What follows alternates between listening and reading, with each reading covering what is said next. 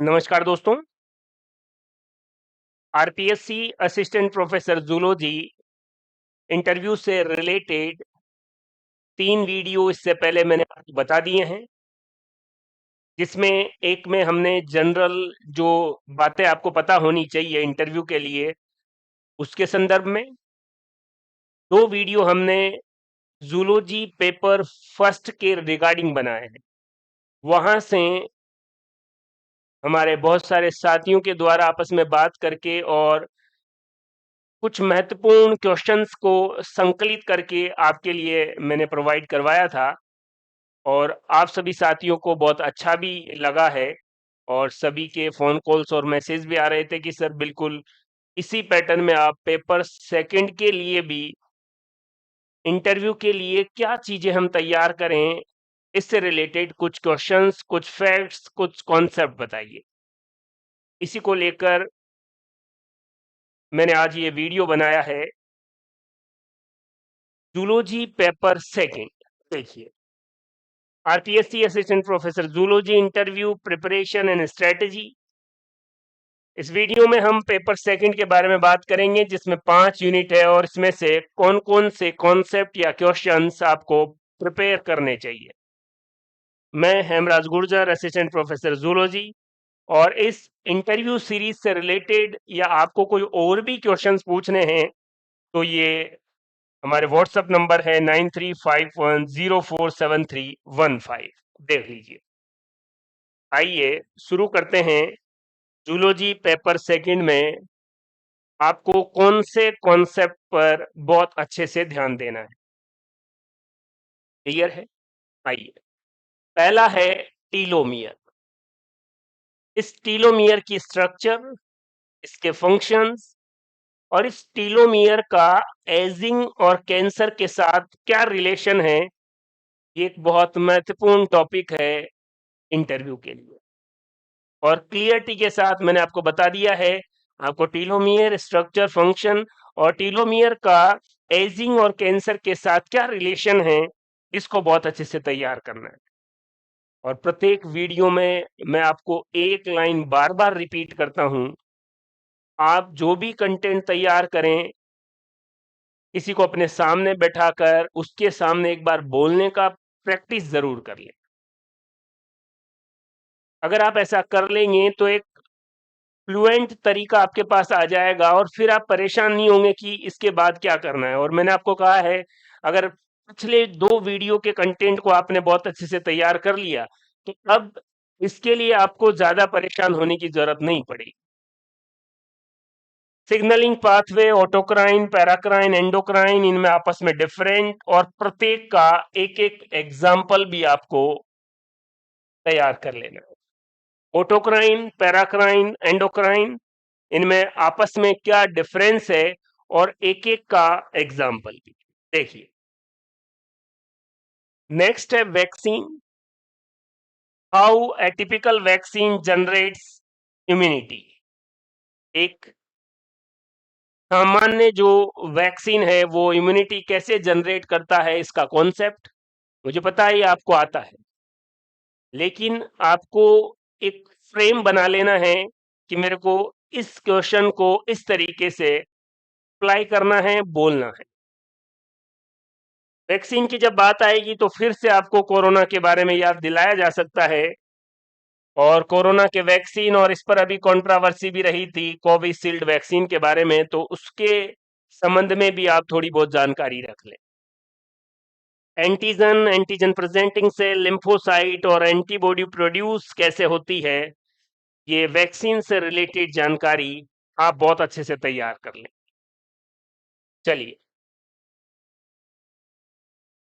Difference between PCR and RTPCR, फिर से वही कोरोना और उससे रिलेट होते होते आरटीपीसीआर के बारे में भी आपको अच्छे से पता होना चाहिए।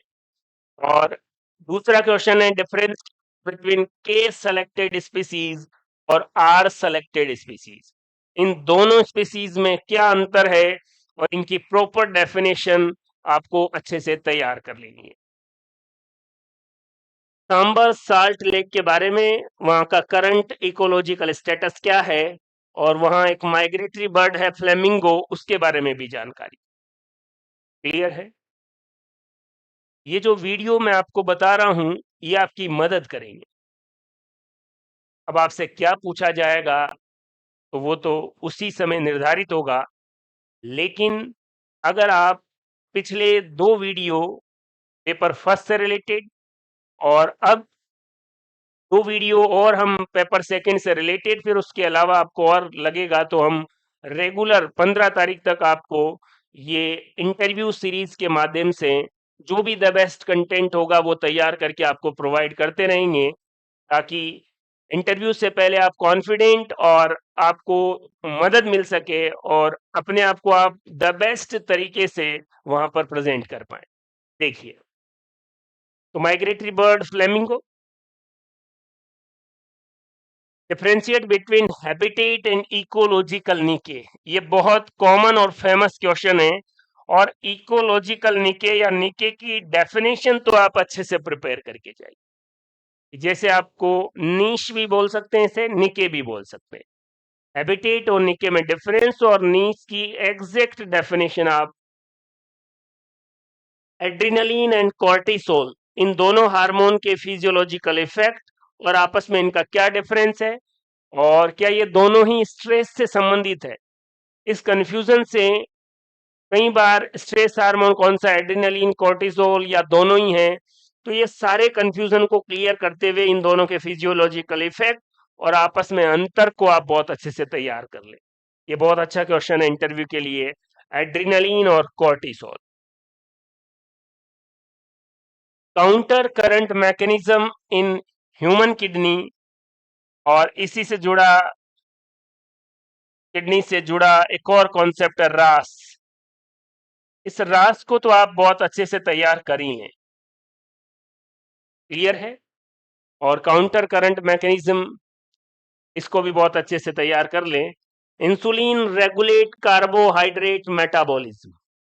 इंसुलिन कार्बोहाइड्रेट के मेटाबॉलिज्म को कैसे रेगुलेट करता है, और इस इंसुलिन के बारे में जानकारी, ये कितनी पेप्टाइड या पॉलीपेप्टाइड चेन से बना होता है, जब एक्टिव होता है तो कौन सी चेन हट जाती है, ये सारी जानकारी। और इंसुलिन, उधर बायोटेक्नोलॉजी में भी इसका यूज है, तो आप इंसुलिन को बहुत अच्छे से तैयार करें। एक और टॉपिक है कार्डियक साइकिल, इसको भी आप बहुत अच्छे से पढ़ लें। कार्डियक साइकिल को, वैसे इसमें कुछ फैक्चुअल क्वेश्चन ही होंगे, लेकिन फिर भी सर्कुलेटरी सिस्टम में बाकी कोई चीज आपसे पूछी गई, आप कॉन्फिडेंट बिल्कुल अच्छे से जवाब दे पाएंगे, लेकिन कार्डियक साइकिल ऐसा टॉपिक है कि आपको पहले से बहुत अच्छे से इसे तैयार कर लेना चाहिए, ताकि अगर यहां से कोई क्वेश्चन पूछा गया तो आप आराम से जवाब दे पाए। एक टॉपिक है blood pressure. Blood pressure myogenic mechanism, जिसमें वैसो कॉन्ट्रैक्शन और डायलेशन द्वारा कैसे कंट्रोल होता है। मैं आपको ये बता रहा हूं कि कोई भी एक टॉपिक आपको सारे टॉपिक या यूनिट से कनेक्ट कर सकता है, और आपको इंटरव्यू के समय इसी तरीके से तैयारी करनी चाहिए। आपके पुराने जो नोट्स है, आपने मेन एग्जाम देते समय पढ़े थे, पूरे रिवाइज करने की जरूरत नहीं है। आपको एक नई नोटबुक बनाकर समराइज कर लेना है चीजों को। इसका एक छोटा सा एग्जांपल, जैसे ब्लड प्रेशर। अब कोई आपसे कहे कि ब्लड प्रेशर को आप तैयार कीजिए, आप उसकी नॉर्मल वैल्यू 120/80 mmHg, और ये आर्टरीज में मेजर किया जाता है, ये सबको पता है। ये रेगुलेट कैसे होगा? मायोजेनिक मैकेनिज्म, वैसो कॉन्ट्रैक्शन और वैसो डायलेशन से। हाइपोथैलेमस पिट्यूटरी ग्लैंड को सिग्नल, न्यूरो हाइपोफाइसिस से एडीएच, ये भी ब्लड प्रेशर को कंट्रोल। उसके बाद नर्वस सिस्टम में बात करें तो ऑटोनोमस नर्वस सिस्टम, सिंपैथेटिक और पैरासिम्पैथेटिक नर्वस सिस्टम द्वारा। एक और है एट्रियल नेट्री यूरेटिक फैक्टर, एएनएफ भी ब्लड प्रेशर को रेगुलेट करता है। थोड़ी देर पहले मैंने कहा था रास सिस्टम भी ब्लड प्रेशर को कंट्रोल करता है। तो एक टॉपिक बीपी को, इसको कैसे रेगुलेट किया जाता है, सारी चीजों को आपस में कनेक्ट करके अगर आप देखेंगे तो बहुत सारे टॉपिक आप तैयार कर लेंगे। और कहीं न कहीं फिर आपसे जब क्वेश्चन पूछा जाएगा एक्सपर्ट्स के द्वारा तो आप कॉन्फिडेंट रहकर आराम से जवाब दे पाएंगे। क्लियर है बात? तो ये था जूलॉजी पेपर सेकंड के कुछ कॉन्सेप्ट, कुछ टॉपिक जो हमने एनालिसिस करके तैयार किए हैं। अगर आप इन सबको बहुत अच्छे से तैयार करेंगे तो आपके लिए बेहद फायदेमंद होगा। आरपीएससी असिस्टेंट प्रोफेसर जूलॉजी की टेस्ट सीरीज के लिए आप हमारा app the Hg concept play store पर जाइए, द एचजी कॉन्सेप्ट टाइप कीजिए और एक बेहतरीन टेस्ट सीरीज, और इसके बारे में मैं हर वीडियो में बोल रहा हूं, first grade biology means the Hg concept. अगर आप फर्स्ट ग्रेड बायोलॉजी की प्रिपरेशन करना चाहते हैं, आपका कोई रिलेटिव, आपका कोई साथी, उसे कौन सी बुक पढ़नी है, कौन सी यूनिट के लिए, ये भी बता दिया जाएगा। लेकिन अगर उसके पास समय नहीं है और एक सेलेक्टिव, सिस्टमेटिक और सिंपलेस्ट वे में तैयार कंटेंट चाहिए, तो the Hg concept app install करें और आज से ही फर्स्ट ग्रेड बायोलॉजी के लिए द बेस्ट कंटेंट पढ़ना शुरू करें। फर्स्ट ग्रेड बायोलॉजी के अलावा L2 साइंस, लैब असिस्टेंट और जनरल साइंस, जो फर्स्ट ग्रेड में फर्स्ट पेपर में 5 क्वेश्चन आते हैं, उससे संबंधित मटेरियल, और सामान्य विज्ञान के लिए कोई भी एग्जाम हो, राजस्थान या केंद्रीय सेंट्रल एग्जाम, अवनी पब्लिकेशन की सामान्य विज्ञान व्याख्या सहित प्रश्नोत्तर बुक है, सभी कॉम्पिटिटिव एग्जाम के लिए मेरे द्वारा लिखी हुई, इसको आप देख सकते हैं। तो ये सारी चीजें हैं जो द एचजी कॉन्सेप्ट से जुड़ी हुई है, और इस वीडियो में हमारा main focus RPSC assistant professor zoology interview की प्रिपरेशन और स्ट्रेटजी, और साथ में मेन जो फोकस है हमारा वो है पेपर सेकंड। तो पेपर सेकंड के ये सभी कॉन्सेप्ट आपके लिए बेहद फायदेमंद होंगे। आप इनको पढ़ेंगे, सिस्टमेटिक तरीके से तैयार करेंगे और अपनी तैयारी को और बेहतर करेंगे। थैंक यू, धन्यवाद।